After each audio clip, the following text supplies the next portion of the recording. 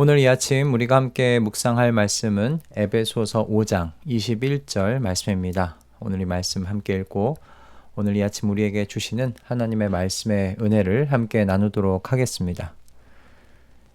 여러분은 그리스도를 두려워하는 마음으로 서로 순종하십시오. 아멘.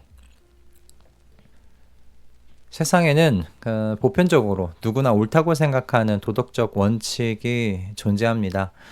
살인은 어느 국가에서나 중죄에 해당하죠. 살인을 조장하거나 권장하는 국가는 없습니다. 또 남편과 아내가 서로에게 폭력적인 언어를 사용하고 물리적인 폭력을 사용하는 것, 이런 것을 정상적이라고 여기는 사회도 없습니다. 어느 사회와 국가라도 이웃과의 평화로운 관계를 권장하고 가정 안에서 남편과 아내가 그리고 자녀와 부모가 살가운 사랑을 나누는 것, 그걸 권장합니다. 그래서 제 주변에 어떤 분들은 아픈 부모를 돌보며 지내는 것이 힘든 일이지만 그거 사람으로서 할 도리라고 생각한다면서 최선을 다해서 아픈 부모님 봉양하며 살아가시는 분들 계십니다. 이런 분들 만나면 참 대단하시다 생각이 들고 또 그리스도인으로서 제 삶의 자리는 어떤지를 살펴보게 되기도 해요. 그런데 여러분, 제가 왜 제 삶의 자리를 이런 분들을 만날 때 그리고 그런 이야기를 들을 때 살피게 될까요? 저도 자식이 부모를 공경하고 보살펴 드리는 것이 사람이 할 도리라고 여기는 이 문화 안에서 살아가고 있기 때문입니다. 살인이 죄라고 여기는 문화 안에서 살아가고 있고 남편과 아내가 서로에게 언어적인 폭력, 물리적인 폭력을 행사하는 것이 정상이 아니라고 여기는 이런 문화 안에서 살아가고 있기 때문입니다. 그리스도인으로서 저희는 이 사회의 도덕과 윤리를 포함한 이 문화의 영향권 안에서 살아가고 있는 존재들이지요. 그렇기 때문에 제가 이런 이야기를 들을 때마다 저도 제 삶의 자리를 한번 되돌아보려고 하게 되는 겁니다. 그러나 여러분, 우리가 반드시 좀 기억해 두셔야 할 것이 있습니다. 그것은 저와 여러분이 부모를 공경하고 아내와 남편 그리고 자녀를 사랑하며 이웃에게 친절하게 대하는 이 모든 것이요, 저희가 살아가고 있는 이 문화 때문은 아니라는 겁니다. 저희가 몸담고 살아가고 있는 이 유교 문화권의 영향 아래에 있기 때문에 그리고 저와 여러분이 자라면서 교육받은 그 교육의 힘 때문에 또 아니라는 것이에요. 오늘 여러분 본문을 한번 읽어볼까요? 여러분은 그리스도를 두려워하는 마음으로 서로 순종하십시오. 아멘. 이 말씀 아래에 이어지는 순종은 무엇인가? 남편과 아내의 서로를 향한 순종입니다.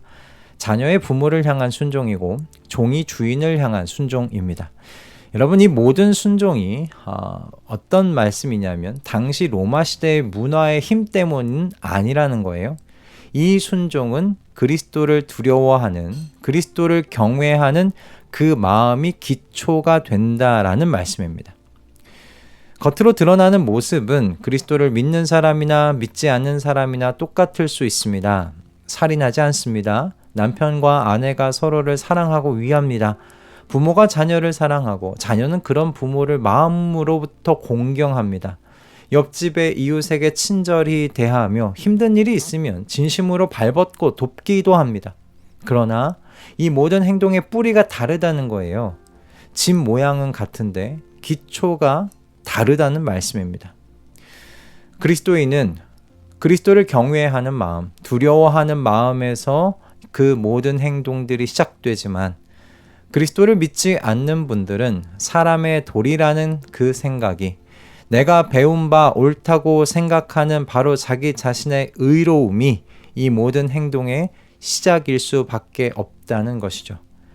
그래서 그리스도를 경외하는 것이요, 여러분, 그리스도인 공동체가 세상과 구별되는 유일한 방식이다라고 말씀드릴 수 있겠습니다. 때문에 여러분, 그리스도를 경외하는 마음이 사라진다는 건 무엇인가? 그리스도인의 삶의 기초가 사라진다는 것과 다름이 없다 싶습니다. 마치 모래 위에 집을 지은 것과 같은 거죠. 진도 9의 지진이 일면 높이 30m의 쓰나미가 밀어 닥치면 모래 위의 집은 흔적도 없이 무너지고 쓸려 나가게 됩니다. 이와 같은 고난과 역경이 닥칠 때 그리스도인이나 그렇지 않은 사람이나 그 마지막에 나타나는 모습이 다르지 않을 수 있다는 거예요. 그럼 여러분, 그리스도를 경외하는 사람은 다를까?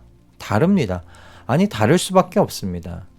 여러분, 이 짧은 새벽 설교의 시간에 그리스도를 경외한다는 것에 대한 주제를 다 설명할 수는 없지만, 그리스도를 경외하는 사람이 왜 그 삶의 고난과 역경이 닥쳤을 때 흔들리지 않을 수 있는지, 그 이유에 대해서는 이야기할 수 있을 것 같아요. 여러분, 그리스도를 경외한다는 건 무엇인가? 그리스도께서 죽음의 권세를 이기신 승리자이시라는 것을 믿는 거예요. 그리스도를 경외한다는 건 그리스도께서 하나님 아버지 우편에 앉아 계신 살아계신 분이시며 땅과 하늘의 모든 권세를 가지신, 그리고 그것을 행사하시는 분이시라는 걸 믿는 것이기 때문입니다. 그리스도를 경외한다는 건 세상의 모든 죄를 대신 짊어지신 그리스도의 그 십자가를 믿는 것이기 때문이고요. 그리스도를 경외한다는 건 온 세상을 향하신 그리스도의 자비와 은혜와 사랑을 믿는 것이기 때문에 그렇습니다. 그리스도를 경외한다는 건 마침내 이 세상에 다시 오셔서 정의와 공의를 강같이 흐르게 하실 그 최후의 심판을 행하시는 분으로 그리스도를 믿는 것이기 때문에 그렇습니다. 이와 같은 그리스도를 믿고 이와 같은 그리스도를 경외하는 사람의 삶은 역경과 고난 속에서 흔들리지 않습니다. 때문에 여러분, 이와 같은 그리스도를 경외하는 것이 그 삶의 모든 행동의 기초가 된다는 건 어떤 고난과 역경에도 흔들리지 않는 반석 위에 집을 짓는 것과 같다고 이야기할 수 있겠고요. 다윗의 이런 고백이 우리 모두의 고백이 될 수 있다는 것 아닐까 싶습니다. 내가 누워 고나게 잠들어도 또다시 깨어나게 되는 것은 주님께서 나를 붙들어 주시기 때문입니다. 나를 대적하여 사방에 진을 친 자들이 1000만 대군이라 하여도 나는 두려워하지 않으렵니다. 아멘. 이 아침 우리의 마음에 그리스도를 두려워하는 마음이 사라지지 않게 하여 주시옵소서. 그리스도를 두려워하는 마음이 나의 뚜렷한 삶의 특징이 될 수 있도록 은혜를 주시옵소서. 이렇게 기도로 하루를 시작하였으면 좋겠습니다. 그리스도인을 세상 속에서 차별되게 하는 것은요, 보여지는 모습이 아니라는 사실을 여러분 기억하십시오. 그리스도인을 차별되게 하는 것은요, 그 삶의 기초가 그리스도를 두려워하는 마음인지 아닌지에 달려 있다는 사실을 이 아침 여러분 깨달으시고 마음 가운데 온전하게 기록해 놓으실 수 있기를 주님의 이름으로 축복합니다. 서로를 향한 순종뿐만 아니라 용서와 긍휼과 친절과 사랑, 이 모든 것이요, 인간적인 관계나 사회적, 문화적인 압력에 의한 것이 아니라 그리스도께 대한 깊은 존경과 사랑에서 비롯되실 수 있기를 바랍니다.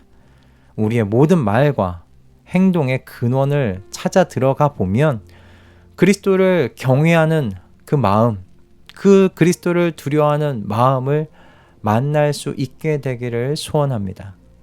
그리스도인의 공동체가 세상과 구별되는 방식은요, 그리스도를 경외함이라는 사실, 그것을 잊지 않는 바로 그 영성을 유지하면서 오늘도 모든 삶의 자리로 나아가시는 우리 말씀동행 가족분들 다 되시기를 주님의 이름으로 축복합니다. 할렐루야.